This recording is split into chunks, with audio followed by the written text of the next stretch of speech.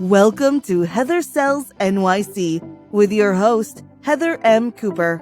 Each episode is focused on helping people navigate through the intricacies of buying and selling real estate in New York City to get the greatest value.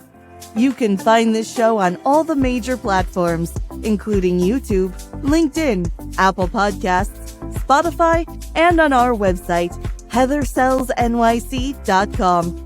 Now here's the host of Heather Sells NYC, Heather M. Cooper. Hello, hello, hello. How are you, Christine? And welcome to Heather Sells NYC. I'm fabulous. Thanks so much for having me. Thank you. So I just wanted to welcome Christine Luken, who is an amazing financial dignity coach with over 16 years of experience, an author of 3 books, and a host of Money is Emotional podcast. Thank you so much for coming on. I really appreciate it. My pleasure. I am so excited to have you and so excited to learn more about financial dignity and how finances are so emotional. So welcome. They are. Oh, they are. I know it from real estate. I know it from my own life. And it was definitely hitting a chord as I was listening to your podcast and reading your book. So how did you get involved with becoming a financial coach? Yeah, so it was not on my radar. It was not the plan. However, in my 20s, I crashed and burned financially, despite having an accounting degree. And a good part of that reason was I was in a relationship with someone who had terrible money habits. He was in and out of jobs, even in and out of jail. I thought if I just loved him enough that he would change. And he did. He got worse. So I found myself at age 26 in a pretty deep hole financially. And there was a lot of shame and embarrassment around that, as you might imagine. But it was even at a higher degree for me because I was an accountant. I was working for a multi-million-dollar manufacturing company as their staff accountant, helping them to prepare the budget, managing, paying their bills, etc. And yet, all of my bills at home were late. I was getting collector calls. I was getting the bank calling me saying, if you don't catch up your car payment, we're going to come and get it. Oh, wow. So I felt like a huge hypocrite. And it was very hard for me to reach out and get help because when I got to the point of wanting to leave the relationship, and just for transparency's sake, money was not the only issue there. There was a lot of it was a dysfunctional relationship. We'll just leave it at that. If you want to know all the drama, you can tune into the Money is Emotional podcast because in the very first episode I tell the whole juicy story. But I had no money to leave the relationship. I mean, my credit was shot. I was in debt. I literally had no money to leave and start over. So I had to reach back out to my family for help. And, I was sitting around looking at all of my other friends who, we had all been out of college for a period of years, and many of them were getting established in their careers, building their nest eggs, starting families. And I felt like I had actually gone backwards, right? Like they had all progressed, but here I was back living with my parents in the spare bedroom with a negative net worth. And that was very humbling. It was very shameful and embarrassing for me. Obviously, once I got out of that relationship and I wasn't responsible for a grown man child anymore, I was just taking care of myself. My finances started to improve quite rapidly. But I got very curious about how can someone who's smart like me, like I was on the honor roll, I wasn't Mhm. stupid, but how could I be a smart person and yet do such stupid things with money? And I realized it was because of that emotional factor. And I also Mm, realized, now this was back in the early 2000s, that none of the personal finance personalities out there were talking about the emotional side of money. They were talking about budget your money, save for mm, emergencies, start investing, and that's all great advice. But when you try to extract emotion out of it, you're actually setting people up for failure. And what I have learned is that you cannot make a purely logical decision. It's biologically impossible. Science has discovered that the moment of decision happens in the same part of our brain that processes emotion. So we can't remove emotion entirely from our financial decision making process. And so that's what led me into financial coaching. It was a gradual thing. I just started informally helping friends and family members who had gotten themselves into a financial bind. And, they knew that I had screwed up my finances and had healed that and had, built financial success after that. And so that's how it started. I started helping friends and family, then I started, volunteering with an organization to do it, and then I found out like, hey, I can get certified to do this.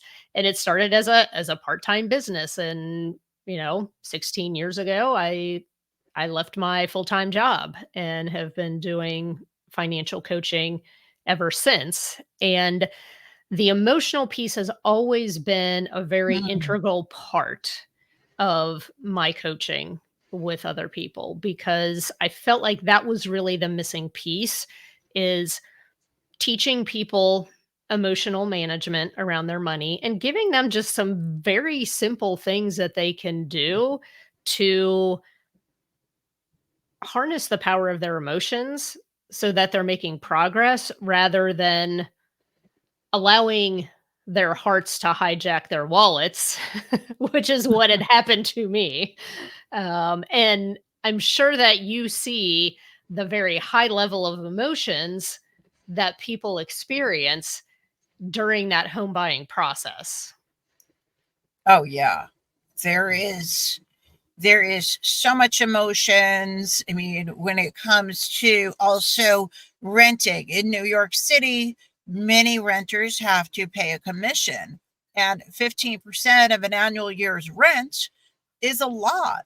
Yeah. For all types of budget. So emotions Yeah. definitely are quite high. Yeah. So it's when you say money is emotional, it definitely strikes a chord, and it's definitely true. Yes. Yeah. Yes. Whenever I say money is emotional, people are always like, mm-hmm. Yeah, it's so true. I mean, no matter where you are in your life, I think, right? I mean, do you coach people that from ranging in age from 20s and 70s? Is that much? No, I would say my ideal coaching client makes multiple six figures. Mhm. I'm based here in the Midwest, but I coach people all over the US and Canada. So usually my income threshold for the Midwest is, 250 to 300, but I've got, clients in Jersey and New York City making over $1 million a year. And typically they're in their prime income earning years. So usually like that 35 to 55. And they get to this point where they they had always imagined, if I ever made this much money, I would never have to worry about money again. But then they find themselves Mm, making, you know, 300,000, half a million a year, $1 million a year, and they're like, "Why am I still worried about money?" And that's it's so big. interesting. Yes, and it comes down to the fact that they're operating out of the same habits. So even though their income has grown, their habits haven't changed, and they're still operating out of the same mindsets that they had when their income was smaller. Is that a scarcity mindset? Well, That many. it is very individualized. For some people, it Mhm. is. For other people, they might have the underlying belief that, everything always works out. Everything always works itself out one way or the other. So I don't really need to worry about it. And so then they're not paying close attention to their finances.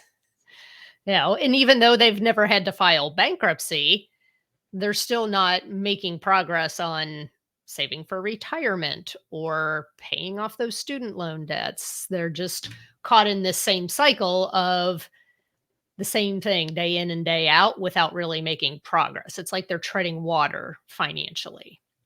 Mm. So then my question at hand is, what's your magic secret sauce? I mean, obviously it's not going to change with one coaching call. I mean, maybe Oh you are no. magical, No, but no, that yeah, no, I mean, certainly during the first appointment with someone, I could probably give them like 13 to 15 things that they could immediately change to help their situation. However, for most people, that is not how we change. That's overwhelming, right? So if you and I had a coaching session and I gave you a checklist of 13 things that you had to change, you might do one or two of them and then you'd stop, right? right. Because Yeah, that you might get be overwhelming. right, you get pulled into your, you're busy, you've got, your stuff going on, you get pulled back into your autopilot of your routine and getting things done. So, I work with my clients for a minimum of 6 months. And we are changing things slowly and steadily over time. And we are starting to establish these new habits during our work together that they carry with them after we're finished. So I don't want people to need me forever. Right, right. My goal That's is really to get in there, help people get organized, start to uncover this mindset work, because this mindset work, it is not done in one session. And in fact, there are some things that don't get uncovered until month 5, where all of a sudden it's like they say something and I was like, "Oh, stop and just listen to what you just said." And they're like, "What?" And then I repeat it back to them and they're like, "Did I just say that?" I'm like, "Yeah, you just said that." And we're like, "Okay, this is something here we need to dig into and find out, like, what where did this unhelpful mindset about money start? And let's start mm, digging that root out." So it is kind of like weeding the garden. Sometimes when you go outside and you look in your landscaping, some weeds are obvious, right? You've got this right, big of huge course. weed that's higher than the shrubbery and you're like, "Oh yeah, that one has got to go." But sometimes it's like you don't see some of these other little insidious ones that are kind of hiding under the bushes that could be as invasive and maybe even harder to uproot than that one big obvious thing. Yeah, yeah, I can only imagine. It's like an excavation, right? Yes. Like, what am I going to find out in month 1? What am I going to find Mm. out in month 2? Well, and since you're into real estate, you're gonna love this analogy, which I have borrowed from T. Harv Eker in his book Secrets of the Millionaire Mind, and that is we are excavating somebody's money blueprint. And Hmm. when we're born, we have zero opinions about money, Right, of right? course. Like we don't feel positive or negative about it, but if we think about as we go through life, through childhood, we hear our parents say certain Mhm. things about money, we observe their behavior, we hear other influential adults, maybe things that we learn about money from our religion, etc., and also our personal experiences.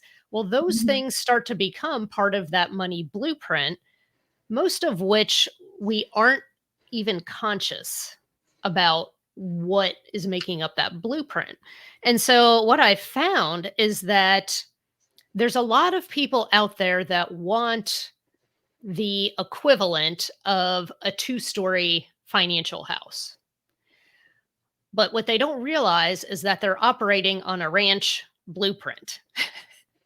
And so Mm. they try all these things that ultimately don't work, right? They're trying to change all of these external things, but their blueprint is always pulling them back, right? So, like, if I gave you Right. a blueprint to build a one-story house or apartment, like, I don't care how hard you work or how fast you work or who you hire or what building materials you buy, you're only getting a one-story from that blueprint.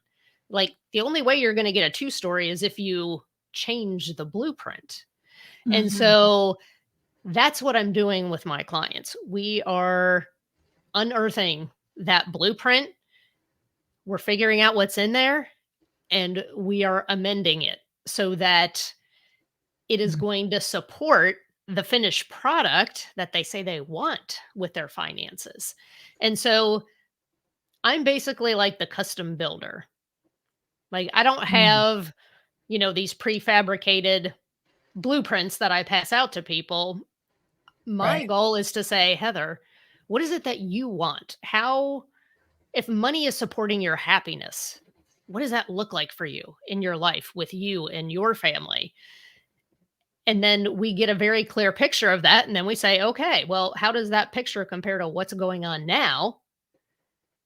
Mm. And what changes do we need to make, both with the emotions and the mindset, but also the practical habits and the day to day actions, which for me, I am trying to figure out what is your preference? What is easy for you?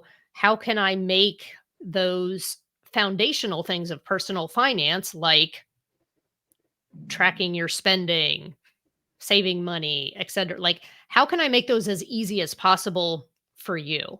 Because we all know that one weirdo who says, like, I love to save money. Investing is fun for me. Like, I hate parting with my money, right? Like, that's not most of us. Like, that's not me. I No, enjoy it's spending money. no, it's true. It's true. I mean, we always want to treat ourselves with that shopping spree or that new Mhm. pair of jeans or whatever whatever else. Right. And for me, it's really about balancing what I call the provider money and the pleasure money. So when we think about our finances, we do need to have this level of safety and stability, but we also need to have the fun and the excitement. Mhm. And the analogy that I love to use is the circus trapeze, right? So if you think of the person that's swinging on the trapeze, there's Right. essentially two pieces of equipment there, right? You have the swing and you have the safety net. Mhm. If you just have the swing and you have no safety net, that's not fun. That's freaking terrifying, right? But if you just have the safety net and you have no swing, that's no fun. You've completely missed the point. So, like, both of those things are necessary in your personal finances. That is a really great analogy. I mean, Yeah. because we all need that safety net, but Mhm. yet some of us never think 10 years, 20 years down the line as to how are we going to get that safety net. And some of us never Right. seem to reverse engineer.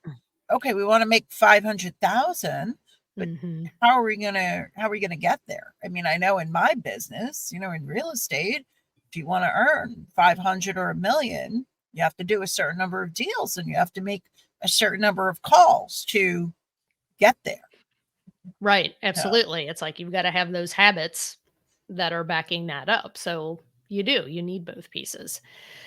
And I would say the question that people ask me the most, which you might be thinking this, all right, so money is emotional. How do we mhm. make sure that our emotions don't get the best of us, especially when Yeah. we're entering into a huge financial transaction like buying or renting our next home. Or That, selling yeah, that's going to also. have huge Mhm. financial implications for potentially a very long period of time. Well, we can't shut them off, unfortunately. Like that wouldn't that be handy if we just had a switch on the back on the back I of our know, that neck? would We be could just like great. turn it off. Or if you could give me a little tip for my clients that are buying or Yes. selling. Yeah. So, well, I will give you a tip. Um, I want you to think about, so we have our logic, which I call the Mhm. voice of reason, and then we have the voice of our emotions.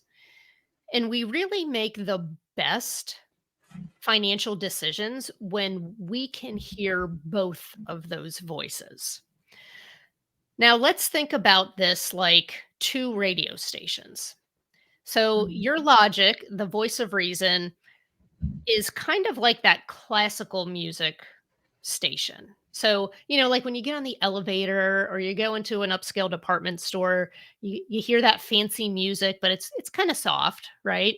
If you're Right. not, it's not overwhelming. It doesn't like grab your attention, but if you stop and tune in, it's there, right? It's there all the time in Mhm. the background. Now, your emotions are completely the opposite. They're like this. So this is like your top 40 station on Pandora, right? So, That's you could hear like a rap song 1 minute that's really loud and boisterous, and then the very next song could be like this soft, sweet love song, right? So it's like you have this fluctuation up and down with your emotions, but like the voice of reason is just soft, steady, and always there. So, what we need to do is we need to allow our emotions to become quiet, quiet enough that we can hear how do we do both. that? Yes. So, first of all, we need to tune in, right? So, the first thing I will tell people is before you make any big financial decision, the first thing you need to do is just stop and take a deep breath. In fact, let's just stop and take 3 deep breaths. And then Mm. ask yourself, first of all, how loud is my emotional volume right now? It could be a positive loud, like you could be super excited, but it could also be negative loud, like anxious or worried or upset. So it doesn't really matter what the emotion is. It's how loud is the It's volume, true.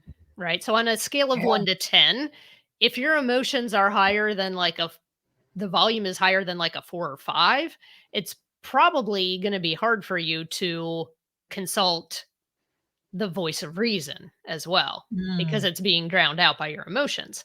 So the second thing you need to say is, okay, especially if my emotions are high,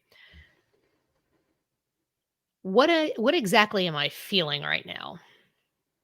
You know, let's just say you're going through a divorce and your predominant emotion right now is anger, right? Oh, Or yeah. or maybe it's fluctuating between anger and anxiety, or anxiety and sadness.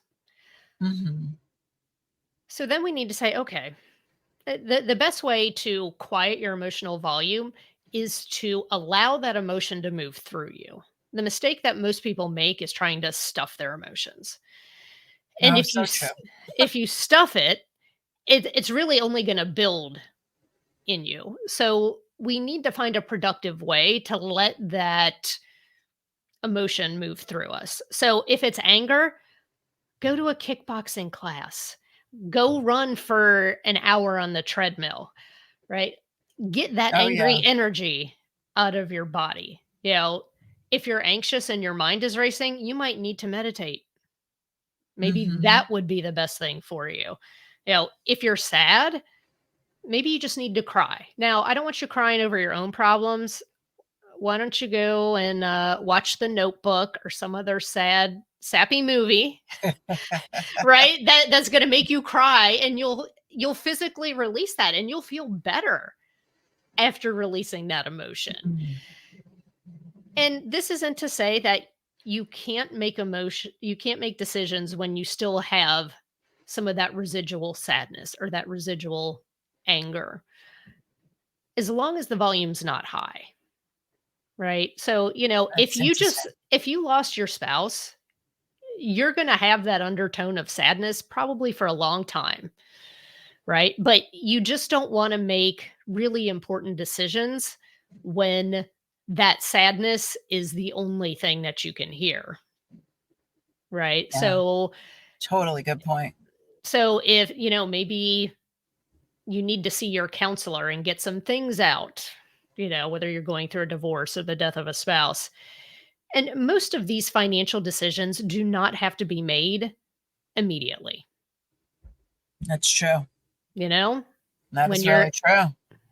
so a lot of times just sleeping on something, Hmm.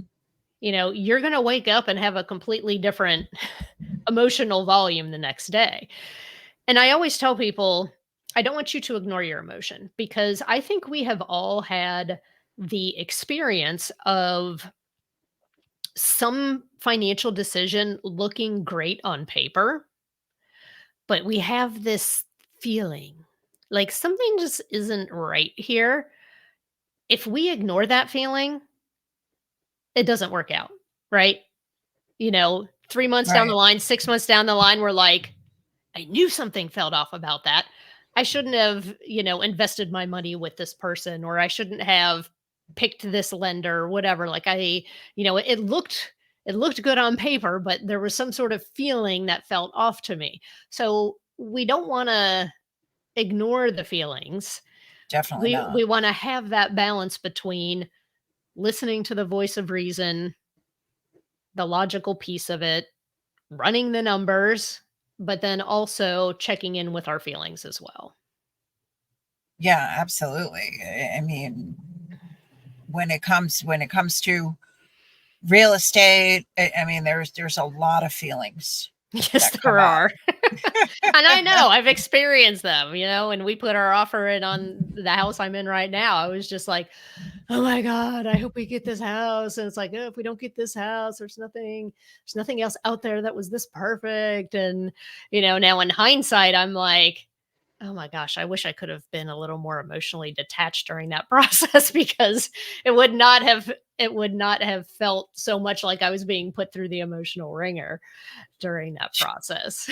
Yeah, but it's like first it's like, oh my God, are they going to accept my offer? And then it's like, oh my God, I have to renovate. And then how much is that going to cost? And then it's like, oh my God, are we going to close on time? And then in New York City, there's co-ops and condos, and then there's the board process and getting Right. interviewed. So there's always like so much like, what's Yeah. next? What's next? Yes. And yeah, as a real estate agent, I'm a little bit of a therapist as well. You and me both, sister. Yeah, right. I'm like, I don't think I ever had those Mm. credentials, but No, I never put forth those credentials, but I have had many people say, I feel like you're my money therapist.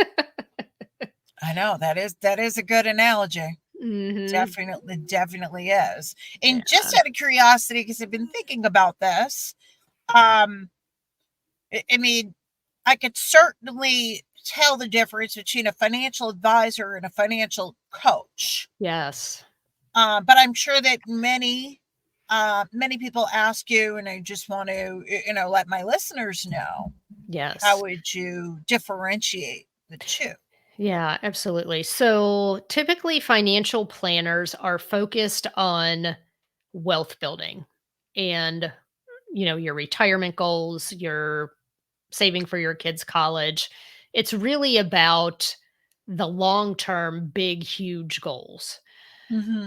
What I am dealing with is the day to day money management. So it's helping people get organized, it's helping people set up that system that allows them to take control of their day-to-day finances in a way that makes them feel empowered.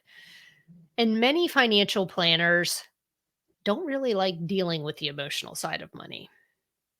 Mm. Now, some of them do. I mean, I am seeing some wonderful trends in the financial field in general, that there is a lot more education about behavioral finance and emotional intelligence, but I still feel like there's a long way to go. And in all honesty, like my financial planner, he does an amazing job selecting investments that are crushing it for me. He does not want to dive into the emotional side of money with people. Right. I can see that. He sends those people to me. He basically says, "Look, I've got these clients, they make great money. We're gonna have a shortfall for them achieving their retirement goals. I don't wanna dig into their day-to-day spending and find out, you know, how many times they're going to Nordstrom or how much they're spending at Starbucks." He's like, I don't wanna be that person with them. Like, I don't have the time to do that. I need to be over here researching investments. I would love for you to, you know, meet with these clients, help them with their mindset, help them figure out where their leaks are in their spending. Because if they just had 500 more dollars a month that they can put into these retirement accounts, then we're gonna achieve the goals that they want to achieve. So I Mm. I get the majority of my referrals from financial planners and That's so CPAs. interesting. Mhm. It's so interesting. But Yeah. I can, it totally makes sense Yeah. because my accountant's looking at my numbers and saying, okay, are you ahead? Have you made a profit, Heather? Or are you Right. spending too much? And Right. he's not going to go into that nitty gritty with me. Yeah. So that entirely makes sense Yeah. that they're sending them to you. Yeah. Well, and the other point is you want a financial planner that is with you for the long term. You know, Mhm. you'll probably have a financial planner from now until the time you die, right? To That is advise you true. on your investments and your taxes. I don't want people to need me forever. My goal is to get them set up on a system, get them straightened out with their money blueprint, and give them the tools so that they can take this system and they know how to tweak it as their life and their finances changes and grows. I mean, every once in a while, somebody will come back to me for a tune up, but I don't want you to need me forever. That's Right. not the No, job of a financial coach. that's great. I love how you say a tune up. Yeah. Yeah, we all need a tune up, right? I mean, it's like getting healthy, you may fall off the wagon and need a tune up and need to go back to your personal trainer to, have them whip you back into shape for a month or two and then you're like, "Okay, all right, I've got this. I know what to do now." Right. No, it's true. I mean, we all need to look at what are we eating, and it's the same thing with our finances. Like Yep. you said, with the Starbucks. I mean, I Hey, know don't mess that. with my coffee. I always tell people, like, I'm not gonna slap the coffee out of your hand if that's important to you. I mean, I've got clients who like to gamble. They like to do sports betting or they get Botox. It's not really a matter of what are you spending your money on? It is, are you spending your money on the things that are important to you? Because most of the time when we start looking at people's finances, we find that they're wasting money on things that really aren't even important to them Mhm. because they're not paying attention. That is interesting. I mean, that's the most important thing, right? Is Yeah. to pay attention, to look at our bank accounts. Yeah. And And it doesn't have to be hard or overwhelming. One of the things that I do with my clients is I help get them set up on a personal finance app that serves as our financial dashboard that helps them to easily stay on top of things. So we can most certainly harness technology to Mhm. make money management easier. This isn't about having a pencil and a piece of paper or a spreadsheet that's got 16 tabs that takes us 3 hours to update. Like, of course, nobody wants to do that. No, not at all. Not at all. Is there any way that you work with clients to make it more pleasurable so there's not so much anxiety opening up their their bank statement or every time, like maybe Absolutely. doing a dance or something?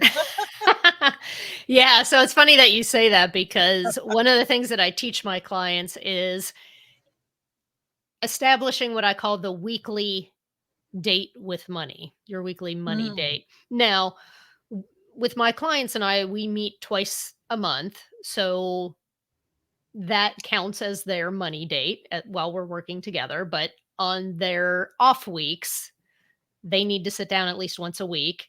And, I tell them, like, hey, these are the things that you need to be doing, when you're having your money date. And if you're married or in a committed relationship, you do that together with your spouse, but we can make it fun. And actually I was quoted in the Wall Street Journal about my sexy money date. mm. So I like I that. well, I always tell people, like, make it pleasurable. Make it as pleasurable as possible. So, for me it's like I usually do mine on Saturday mornings when I'm feeling calm and relaxed. I've got, a nice cup of coffee. I might play some relaxing music, have like an aromatherapy candle. I make it a pleasant experience, right? It's not like I'm Right, going of down into course. the basement to a card table and a folding chair with a bare bulb hanging from the ceiling with, my piles of paper and spreadsheets. Like, of course, nobody would want to do that. But I had a client who, it was a couple, and the wife told me, she's like, I really wish these money dates were more like our weekly dates, where we go out and go to dinner and have fun. And I said, well, why can't it be? I said, look, Mm, why don't you, before your actual date, like, get the babysitter to come a half hour early, get all dressed up, and before you go out on your date, you and your husband sit down, open up the personal finance app, do the things that we talked about, and then go on your date. And I said, hey, look, you know what? If you want to do this in your underwear, if you want to do this in your sexy clothes, if you want to do it naked, I don't care. Just don't touch each other until you've done these things first, and then you can do whatever you want to. And they took it and ran with it. They're like, we look forward to our sexy money date every week. wow, that was good advice. I guess whatever works, Uh, right? Whatever works. And it's funny. I've got a friend who, when she has to do her taxes, she will put on full makeup, she'll do her hair, and she'll put on her fanciest ball gown and a tiara and do her taxes. Mm. Oh, that is a great idea. Whatever you need to do. Like if you Yeah. like sparkles, put on a sparkly dress, Yeah. whatever makes you feel pretty and excited. Yeah. Why not? Right? It doesn't Whatever have to be works. boring. Your imagination is the only limit. Absolutely. And just the last thing for my listeners, like if you mentioned a personal financial app, like is there a tip actually, or your favorite app that you would give to my Yeah. listeners? Well, it's like I almost hate to tell people what app I'm using because the last time I did that, it went away. Hmm. And so I would just rather people reach out to me and I'll just tell you what I'm using. So if you want to, like, drop me a line at hello@christineluken.com, I'll let you know what I'm using today whenever you listen to this podcast in case that changes. But there's a lot of great ones out there, and many of them are free or very low cost, like less than $10 a month. So even if you're paying for something to get exactly the features that you want, it's going to be worth it for you. Absolutely. I mean, with technology, there's just so much information, and it really makes life easier Yeah. for all of us. So how can my listeners, how can they reach out to you? Yeah. There's so many different ways. Yeah, so I'm on social media. I'm very active on LinkedIn, Facebook, Instagram. I just started my TikTok channel. So if you just put in my name, Christine Luken, you'll find me there. And that's also my website. It's christineluken.com. And if you're interested in one-on-one coaching with me, if you want to drop me a line at hello@christineluken.com, I can get you information about that as well. Great. And don't forget, you have your own podcast as well. I do. Money is emotional. So if you just search Money is Emotional on any of the major podcast platforms, or you can go to moneyisemotionalpodcast.com and all the links are right there. Okay. And that is a fabulous podcast. I have definitely come away with many different tips. So Good. Please listen and please follow Christine. And thank you so much for joining me. I really appreciate it. And it was a pleasure. Thanks so much for having me. Thank you. Appreciate it. You've been tuning into Heather Sells NYC with your host, Heather M. Cooper. You can find more episodes on all the major platforms, including YouTube, LinkedIn, Apple Podcasts, Spotify, and on our website, heathersellsnyc.com. Thank you for your positive reviews, comments, questions, and for sharing this show with others.